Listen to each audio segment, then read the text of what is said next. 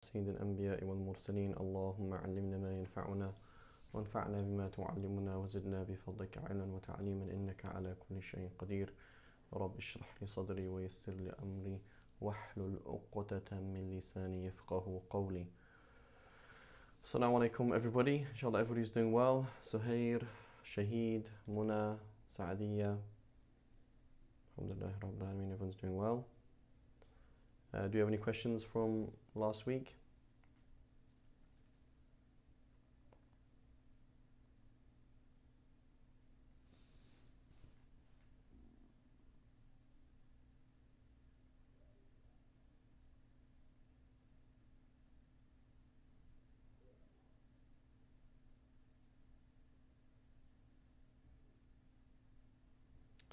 Okay, so let's crack on then, inshallah.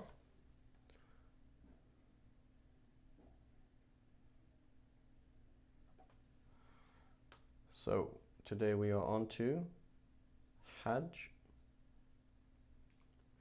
And so what does these root letters in Arabic, as we know that in Arabic every word has the root letters, right? 3 root letters, right? Shaheed, Sheen, Ha, Dal, from Shahida, to see something. Muna, Mim, Noon, Ya, hope, right? Uthman, Ain, Tha, Mim, Sa'diyya, Sin, Ain, Dal, right? Every single word in Arabic has 3 root letters. So Hajj, Ha, Jim, Jim, what does that mean? We'll look it up in the dictionary. We see, for example, the idea of a direction. Right? Hajajtuhu, qasadtuhu. I went in his direction.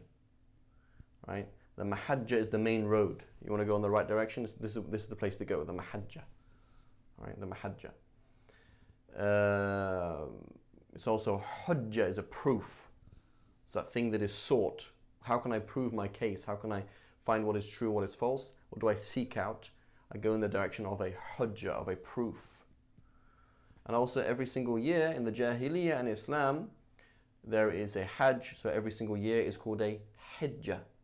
So Hajjah, Hujjah, and Hijjah. Okay?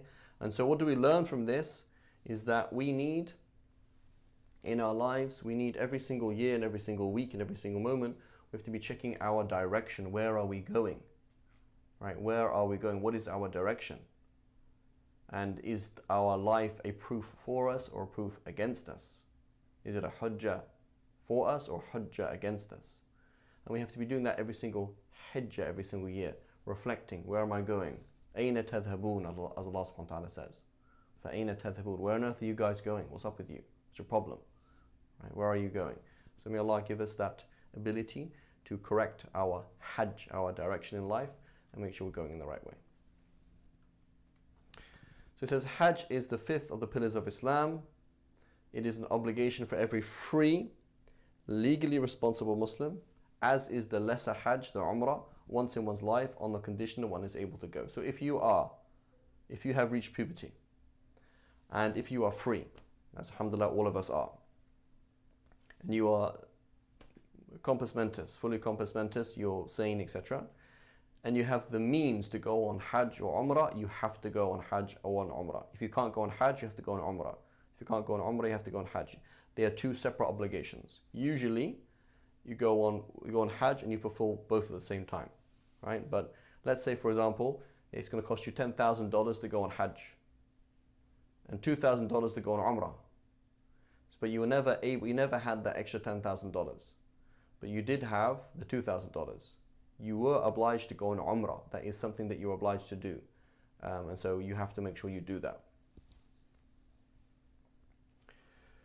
So it says ability here means that one possesses what is needed to travel for the pilgrimage and back. So for example, as a man, I can go and come back, pay for the tickets, pay for my family while they're here, pay for the rent while they're here, etc.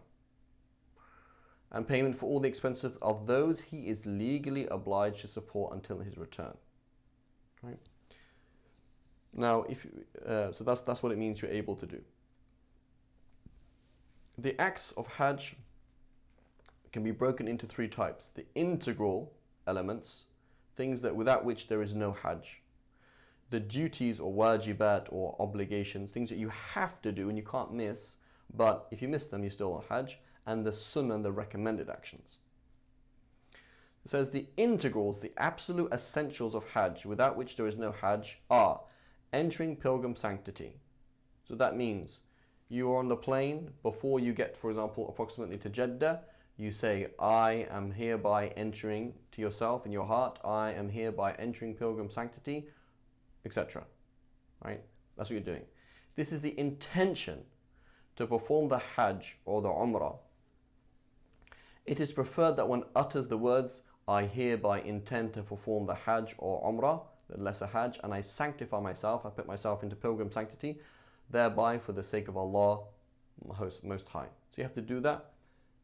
You have to do that at some point. Now it is an integral that these things happen, and as we see, it is an obligation, not an integral, an obligation that this happened before you cross what's called the miqat, as we'll discuss in a second. The integrals of Hajj are 5. It is not valid to enter. It is not valid to enter the ihram for Hajj except in the Hajj months. So Shawwal, Dhul Qa'dah, Dhul Hijjah. So the month straight after Ramadan, the month after that, and then the first 10 days of Dhul Hijjah. Right? You have to enter ihram before Fajr on Eid al-Adha, right? Which is the 10th of Dhul Hijjah. So Eid al-Adha, you have to have entered ihram before Fajr on that day. Otherwise, khalas, you've missed Hajj. The remaining integrals are standing at Arafah, so the plain at Arafah, right in the outskirts of Mecca. Tawaf al-Ifada, the final or the most important essential integral tawaf, going around the Kaaba on the Eid itself. Going between the two hills, Safa and Marwa, connected to the Kaaba complex, and the shaving or cutting of the hair of one's head, right? Removing at least 3 hairs by at least about 1.5 centimeters, either by cutting, burning, tearing, whatever, however you want to remove it. It just has to happen. That's the bare minimum, right? And it's sunnah for men to shave their heads, it's sunnah for women to cut, to shorten the hair, I mean. It says the integral elements of the lesser Hajj. So Umrah is a lesser Hajj. Everything you do in Umrah is just around the Kaaba itself. You're not going to other places. So all you're going to do is arrive, do your tawaf, go between Safa and Marwa, and shave your head, and that's it. It says they are the same as the integrals of Hajj, with the exception of standing at Arafah, because you're not going to go anywhere else. So Hajj takes time because you're going to different places, and there's different places you have to be at different times. Whereas Umrah takes half an hour, 10 minutes if there's nobody there, because you're just in one place. 10 minutes will be a bit short, but half an hour. Half an hour to 3 hours, depending on how crowded it is.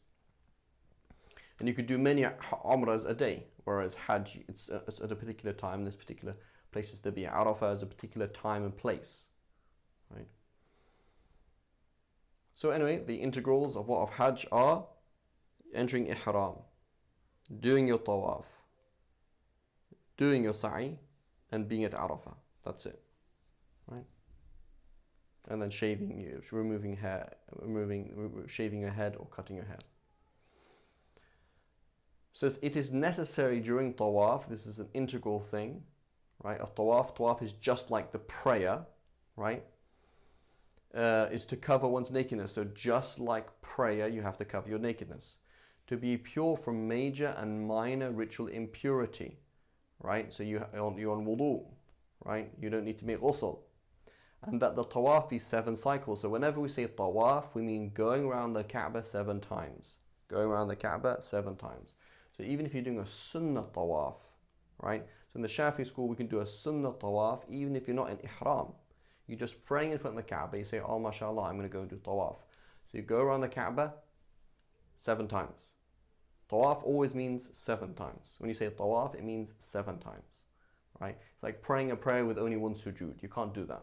There's always 2 sujoods, right? Unless it's sujood tilawa or something like that. Okay?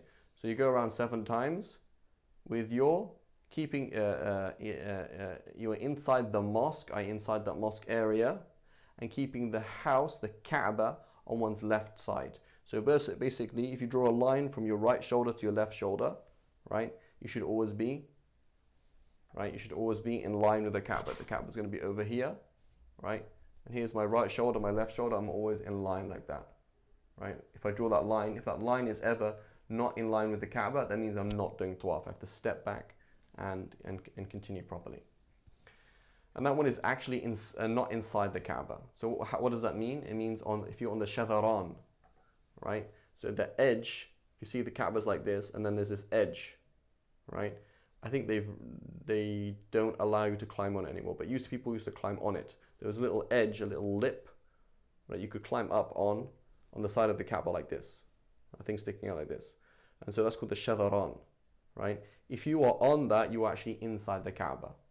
Or if your hand is inside it and you're moving, you are inside the Kaaba. A part of your body is inside the Kaaba. So that wouldn't count. You are not doing tawaf around the Kaaba, you're doing tawaf inside the Kaaba. That doesn't count, right? So if you touch the black stone, you don't move. You touch the black stone, stop, and then keep moving. Otherwise, you'll be inside the Kaaba.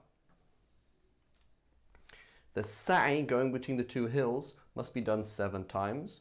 So you go to Safa, and you go to Marwa, that's 1. And you go back to Safa, that's 2. And then back, forward, back, forward, back, forward, right? A total of 7 times, right? So going there once is 1. Going back is 2. Going there third time is 3, 4, 5, right? So we have Safa and Marwa. 1, 2, 3, 4, 5, 6, 7. So you're going to start at Safa and end at Marwa. Okay, and so that's, you've now and then you're going to have to shave, right? And you've fulfilled your integrals of Hajj. Now there are obligations. If you do not perform the obligations, you are sinful, but you've still performed Hajj. So the obligations of Hajj are entering the state of pilgrim sanctity from the miqat. So entering pilgrim sanctity is an integral. If you never entered pilgrim sanctity, it's like you never said Allahu Akbar, started praying. In fact, the Prophet ﷺ compared praying to Hajj. He says saying Allahu Akbar is your process of entering pilgrim sanctity. And you're saying Assalamu alaikum wa rahmatullah, Assalamu alaikum wa rahmatullah is your process of getting out of pilgrim sanctity.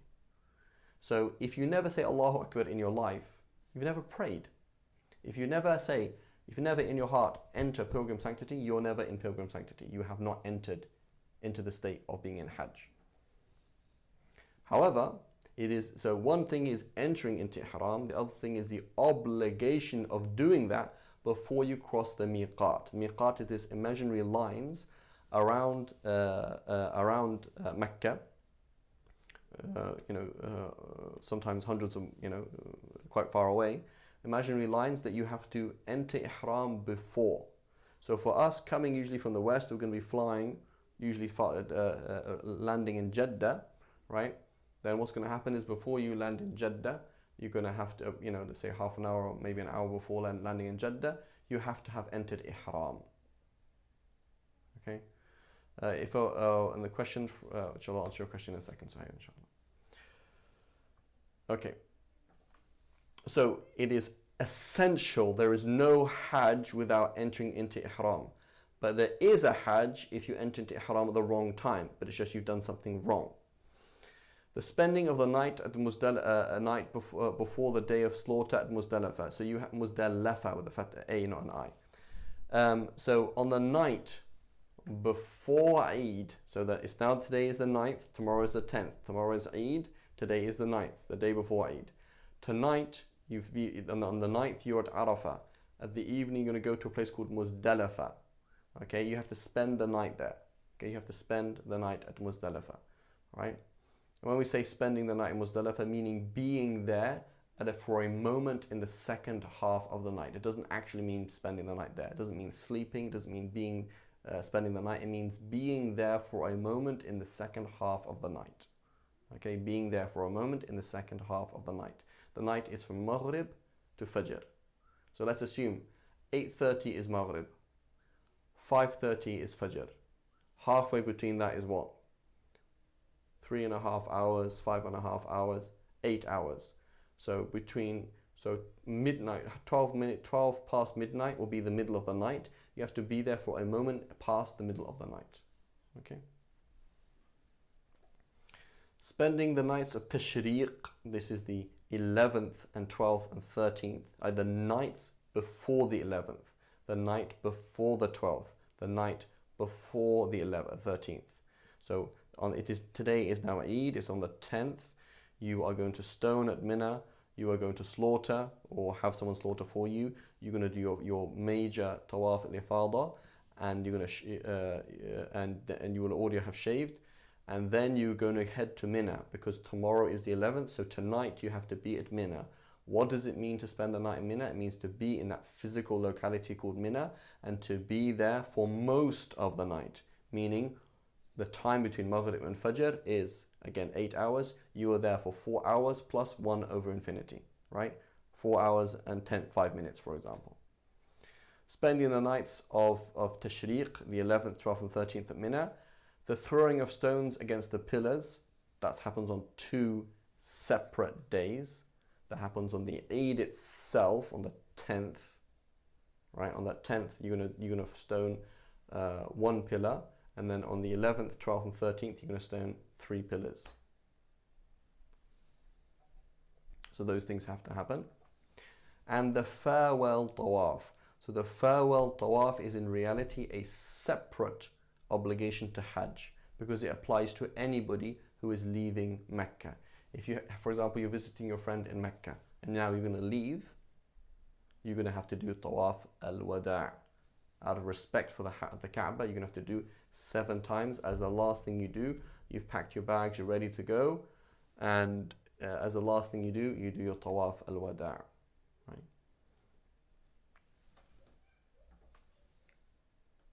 Your farewell tawaf. So these are the obligations. Then we have sunnahs. The sunnahs include all acts which should be done, which are not included among the integrals or obligations, and they are many. And again, this is just an introductory course, and so we don't have time to go through all of those things, but they are many, right? Including the adhkar that you're going to do, the spend the night at Mina, for example, on the 8th. There's various other things you're going to do. How exactly you stone, how exactly you slaughter, the various sunnahs.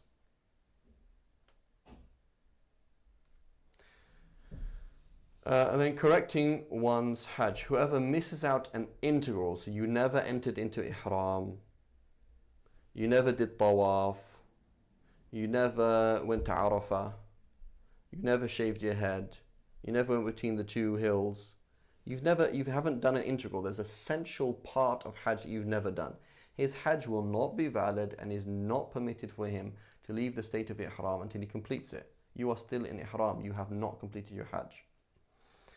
An atonement penalty known as dam will not make up for it. There's nothing you can do. You have simply not done Hajj. 3 of the integrals will always be binding as long as the person performing Hajj is alive.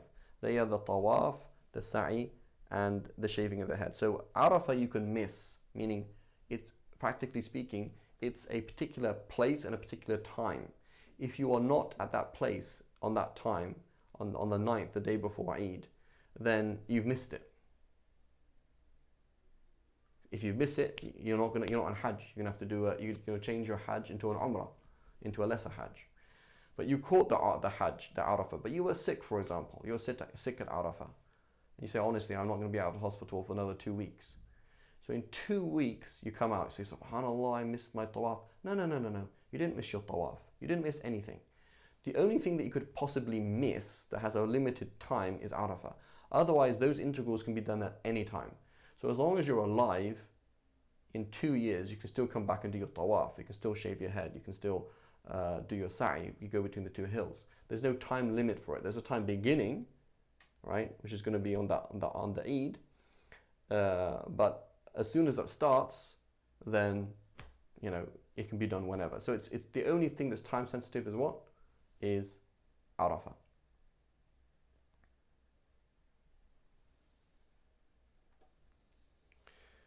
Khair. So whoever misses an obligation, a wajib, but it's not a rukn or fard, his Hajj is still valid, it still counts, but has to make a sacrificial slaughter. You're going to have to expiate. He will be in a state of sin if he misses it out without a legitimate excuse, and there are certain excuses. But whoever misses out a sunnah, his Hajj is valid, and he is not in a state of sin and does not have to pay a dam penalty, although he's missed out on a great deal. So for example, you miss out on going to Muzdalifa, you miss out going to Mina, you miss out stoning, you're going to have to expiate, you have to slaughter, right? But again, all these things can be corrected. There's flexibility in it, right? There's ways around it, as opposed to the integral. If you don't do the integral, you simply have not done Hajj. It is not permitted for a man to cover his head, right? So covering your head is an issue of honor. When you're on Hajj, you lower yourself to Allah subhanahu wa ta'ala. For a woman to cover her face, again, covering her face is an issue of honor, right? She's showing that she's special and not to be seen by other men. And so now she is exposing her face, saying, yes, you're special over there. On Hajj, you're like everybody else. While in the state of ihram, so you cannot cover your head as a man. You cannot cover your face as a woman. They are not permitted to cover even any part of it. So then, what do you do then? As a woman, I can't expose anything of my head. I can only expose my face because that's awrah, right? If I expose, for example, my neck or expose my ears, I'm exposing my awrah. I'm doing something haram. And if I cover any of my face, then I'm doing something haram because it's haram. So what do I do? Do I have have a hijab surgically inserted into my jawbone so that it's exactly on the right place? So the issue here then we have is a conflict of interests. Does the Sharia say, make sure that you cover your awrah, even if that means you might cover some of your face? Or does the Sharia say, make sure you don't cover any of your face, even if that means you expose some of your awrah, right? So what do you think? Right, this is one of the jobs of the faqih, is weighing up how the Sharia values something. What's more important? Covering your awrah or not covering your face? What do you think?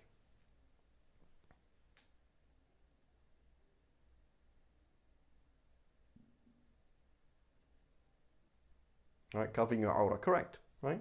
It's intuitive.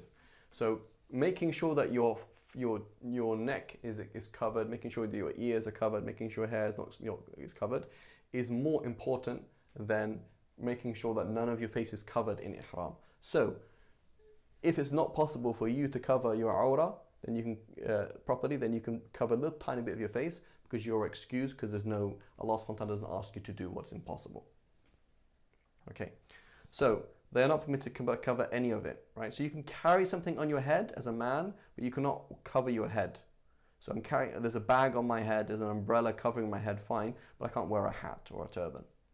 Nor are they permitted to cut any of their nails or hair, or to put oil on their hair of the head or beard, or to wear perfume or on any part of the body. Okay, so these things are forbidden. On Hajj, it said, is not permitted to perform a marriage ceremony. So you're not allowed to get married on Hajj, right? Or to marry somebody off, or to appoint somebody to marry you off. So while I'm on Hajj, can you please, who's here? I'll be asked, Omar, can you please just make sure you do this marriage contract for me while I'm a bit busy on Hajj? You can't do that. Or to have sexual intercourse, right? So if you're there with your wife, you cannot have intercourse in ihram. Right? Or to indulge in foreplay, so you cannot touch or even look at your spouse with lust. Okay, so looking at one's wife with lust would be haram. You can look at your wife, it's fine, but you can't look at her with lust. You can touch your wife, but you can't touch your wife with lust. Or to harm any edible wild land animal. So can you fish in ihram? Yes. Can you kill a, I don't know, there used to be the Arabian lion used to be there, but what else? The Arabian cheetah, the Arabian leopard. So you're being attacked by a leopard. Can you kill it? Of course, right? It's not an edible wild animal. So could you hunt a gazelle? No. Could you hunt? Could you fish? Fish? Yes, you can. Right? Could you kill a sheep? Yes, because it's not an edible wild land animal. That's an edible tamed land animal. Right? So anything that is game animal, that is edible, you cannot hunt it. Right? So these things you cannot do while in ihram. And similarly, you can't cut down trees and those things. Then there aren't any trees left anyway, but you can't cut down these things anyway. And the woman and the man are the same regard to these prohibitions. Right? The only difference is covering. So a woman cannot cover her face and hands. A man cannot cover his head. That's the only difference. Otherwise, it's the same. Okay. Now there's much more details here, and so if you're going on Hajj, make sure you study two things. Make sure you study the fiqh of Hajj, and number two, make sure you go with righteous people. Right? It's worth paying twice the price to go with decent people who know what they're doing and are religious than to pay cheaper price to be with people who are going to be watching television the whole time, making riba the whole time, and they don't have a clue about what the fiqh of Hajj is. Right? Hajj is not too difficult, it's very correctable, but it's very, very important to A, study the fiqh of Hajj, and B, study the fiqh of Hajj, and B, be with righteous people. Extremely important. And that is that. So then we have the questions from Suhair says, if a woman arrives for Hajj but her menstruation started, what does she do? So she does every single thing in Hajj with the exception of doing tawaf. And so she's just going to wait to do her tawaf later. Okay? And she will be excused if she's done her tawaf al-ifada, she's done her essential tawaf on Eid, but has not done her goodbye Hajj, then she's excused. She doesn't have to do it. Right? But if she has not done her essential tawaf, then she waits to do it. Right? So again, you've got to be a bit clever with your tickets. Right? So if you're going to go only 1 week, and it's possible that menstruation is going to start, then that's not a very clever thing to do. Go there for 2 weeks, 3 weeks, so that you have some time. Right? If you're going to take hormone pills, do it beforehand. So you say, for example, listen, I'm only going to go for 10 days. And it's possible or likely, given that my period is all over the place, that I start menstruating. So what I'm going to do is I'm going to take pills to affect my hormones, so I make sure I don't menstruate while I'm there. Okay, play with them well in advance so that you know, right? You know what it's like, because sometimes you can react to it in different ways, right? So be prepared. It's a once in a lifetime thing, right? We've mentioned this before, that the Sharia is easy. Any recurrent difficulty, Allah subhanahu wa ta'ala makes things easy for you. Hajj is not a recurrent difficulty. Hajj is a once in a lifetime thing. So take it seriously and and do it, right? Notice how in Ramadan you can have relations with your spouse because it's 30 days. But in Ihram, which might last 5 days or something like that, or usually less than that, but could last some time, you cannot have relations because it's a short period of time. Right? So, inshallah, that answers your question, Suhair. Sawabir says, what about for people who have no hair? I can't remember, honestly. So it's either obligatory or sunnah for them to pass a blade over their head. And I honestly can't remember right now. Right? I believe there was a question from last week I was supposed to research. I didn't get the answer.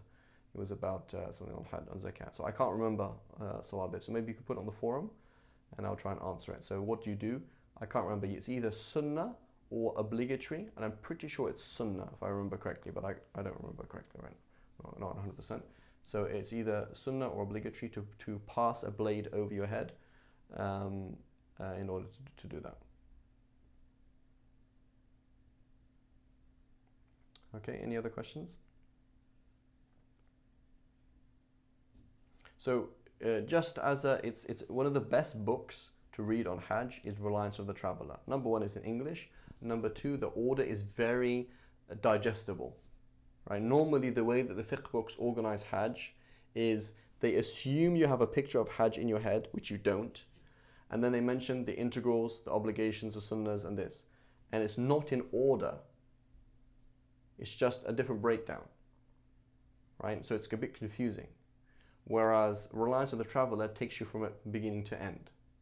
It's like, oh, you do 1, 2, 3, 4, 5. Oh, that makes sense. it's fairly readable. You print it off and go on Hajj, you're like, oh, 1, 2, 3, 4, 5, oh, that's pretty good, right? It makes a lot of sense.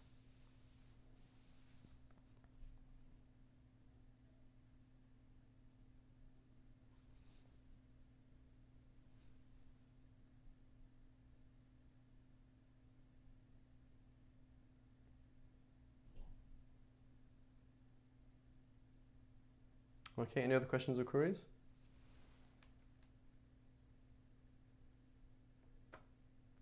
So, if you're like me, this class was just words.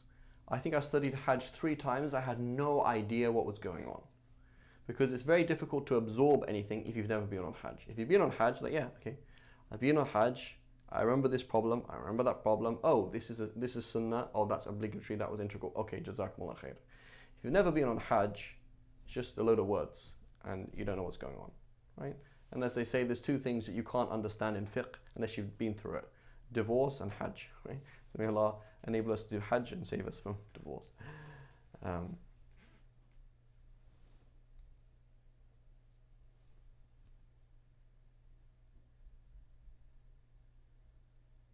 Okay, any other questions or queries?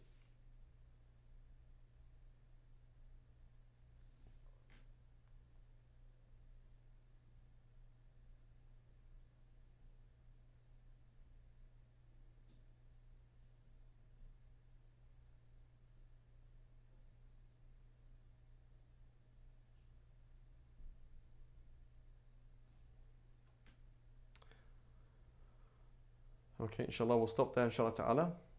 وصلى الله على سيدنا محمد وعلى آله وصحبه وسلم سبحان الله وبحمدك أشهد أن لا إله إلا أنت أستغفرك وأتوب إليك.